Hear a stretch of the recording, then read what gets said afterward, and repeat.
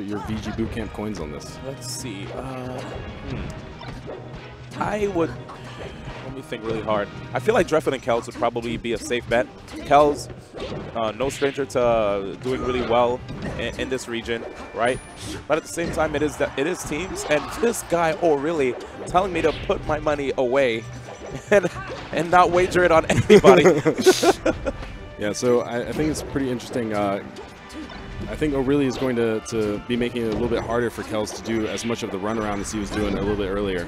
Yeah, he's putting a lot of pressure on him. Just overall, knowing that there's a Fox as good as Kells that's on the screen, I always felt like it would be the safer bet. But we'll see, because great teamwork overcomes all. And we've seen that countless times at numerous events. Oh, man.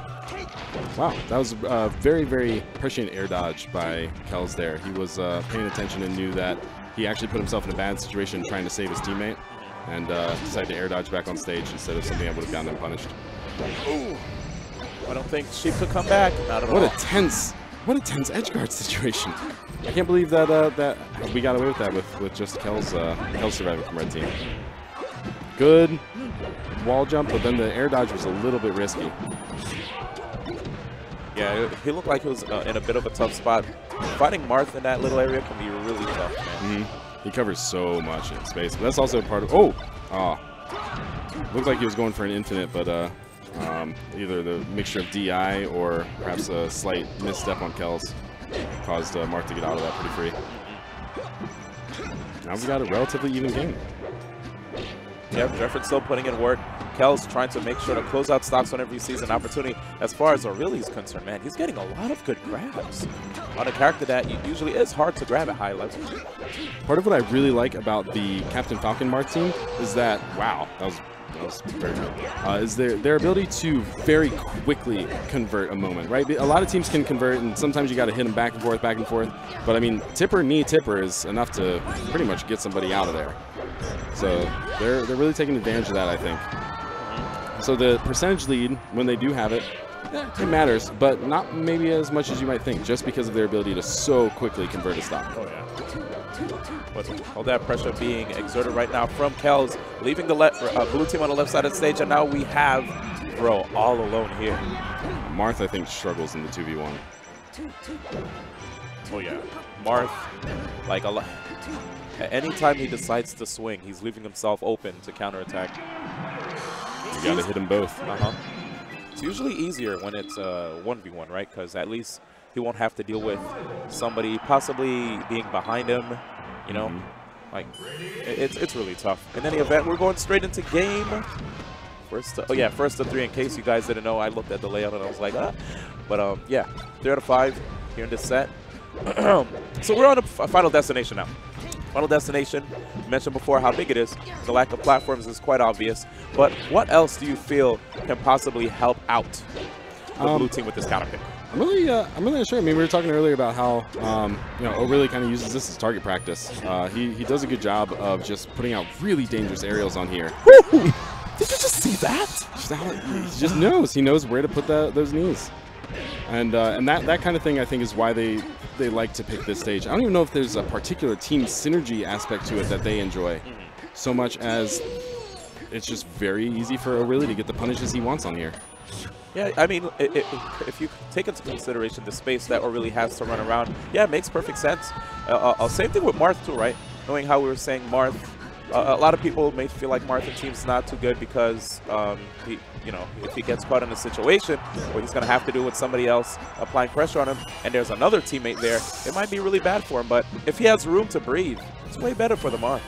He had a little bit of room there, but unfortunately used it to go for an early SD. Oh, man. So now it's a very uneven game. Getting more uneven by the second. And I feel like, having team hug there. Right. Having Sheik on this stage, though, can benefit the blue team. A lot of people like to counterpick Sheik to this stage. I agree. But it's kind of tough knowing that there's a Fox of Kells' level that's putting in work. Right now, though, kind of taking a lot of damage from the blue guys.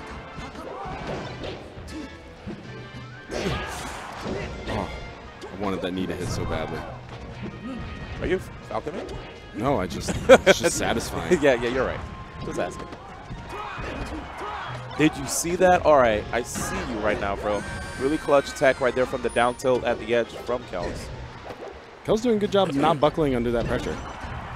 2v1 situation, actually, it's kind of strange. As the defending player, it's a good idea to shield as the attacking players. Therefore, it's a good idea to go for the grabs. And right there, Kel's showing people that sometimes ledge stalling isn't the smartest thing to do if your opponent, it's going to just seize the edge from you. Especially if you're Falcon and you have no rising hitbox, right? Oh, yeah. Can we talk about how that stock right there hurt so much for the blue team? 15% was lost right there to an edge hop for the Marth, leaving O'Reilly by himself here on the field. Really, I think O'Reilly and Bro just did not damage. Oh, God. O'Reilly saying that he doesn't really need a teammate at the moment. Right? He's got it. It's like, dude, I could get them both. Oh, that was satisfying. Smart decision right there. What was he going to do? Nothing. Yeah, I mean, so right there, I mean, for the red team, we could talk about all the different options that they had. As far as Captain Falcon is concerned, yeah, he couldn't do anything. The red team could have gone and read a book. They yeah. could have done anything. Yeah. He could have down smashed right at the edge. I feel like down smash might have been the most optimal thing while the teammate just rolls on, right? Mm-hmm. Yeah. Or just stay there. It's crazy. But here we go, 2-0. No, wait, 1-0. No, 2-0, right? Yeah. Yeah, 2-0. Yeah, 2-0. And I think that really what we're going to need to see from O'Reilly and Bro is if they're going to keep having this kind of shaky teamwork, they need to make sure they're keeping Kels and Dreffen split up, which right now they're actually, I think, trying to do, and it's not working out for him either. So I'm not sure what the doctor would recommend. Yeah, right.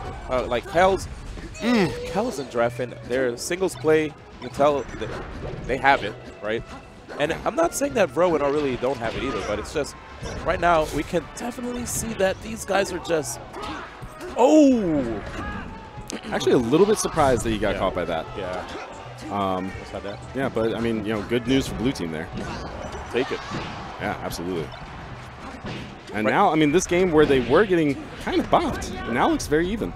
Yeah, it looks, and we kind of almost saw a situation where Dreffen put himself in a tough spot trying to save his teammate. But all the members of the blue team weren't quite there, just one. And there we see part of the weakness of Marthin teams, which is that even when he gets a hit sometimes or makes the right decision, he gets hit by the other person. Yeah. Kind of free. Oh, and I think he was trying to save him with that fair and just didn't reach far enough. What do you think? When he went for the up tilt right there near the edge, I was thinking the same thing, but I don't know. I feel like a move that has way more horizontal range would have probably helped out, right? Started that combo and got himself in a real bad spot from it. Yeah, and right there, the moment you saw Bro go above the edge against Shine Out of Shield, he was already without a double jump. So now he's on his final stock here. Kels about to be on his final stock, but that beautiful save right there by Dreffen. Dreffen only had 0%, so if you think about it, the risk management was good on his part. Absolutely. A little bit of miscommunication. Still, one very brief combo will make this blue team's advantage. Wow, and I love this. Switching up targets. That's usually the smartest thing you can do in a 2v1 situation, right? Absolutely. You don't want to get too obvious trying to hit one guy because then the other guy is going to be ready for a counterattack, and that's when you throw him off by hitting him. Oh, Kels did a really good job there of capitalizing off of O'Reilly's mistake. I'm sorry, Bro's. Oh, no! You don't like to see that. Not at all. It's always a pleasure to see, like, good, clean stocks getting taken, but, yeah, things happen, dude. 3-0 victory right there for Kels and Dreffen. Looks like my my prediction was on point. That was still in O'Reilly and Bro's grasp up until Captain Falcon bonked his head on the bottom of the battlefield. Yeah. That was when they wrote it. Felt like game. Definitely feel like it wasn't like a complete blowout the entire set. No. Like I thought it was close. Yeah, I think it was closer than the 3-0 score makes it seem, I think. But, overall, just Dreffen and Kels really held their ground. That was fun. So that means that we've got Dreffen and Kels sitting and waiting grand finals. Winner's side. All right, so now we're going to go back into the losers bracket. And actually, let's check out the bracket real quick just to get a glimpse of the people that we're going to see next. I believe it's going to be Triple R and Mundungu. You think so? Versus... Oh, there it is. Perfect. Rodock. All right, Triple R and Mundungu versus Marshall and no wait, no, Egg and that's wrong. Rodock. Yeah, that's not updated. Egg and Rodock down there. Oopsie. Yeah.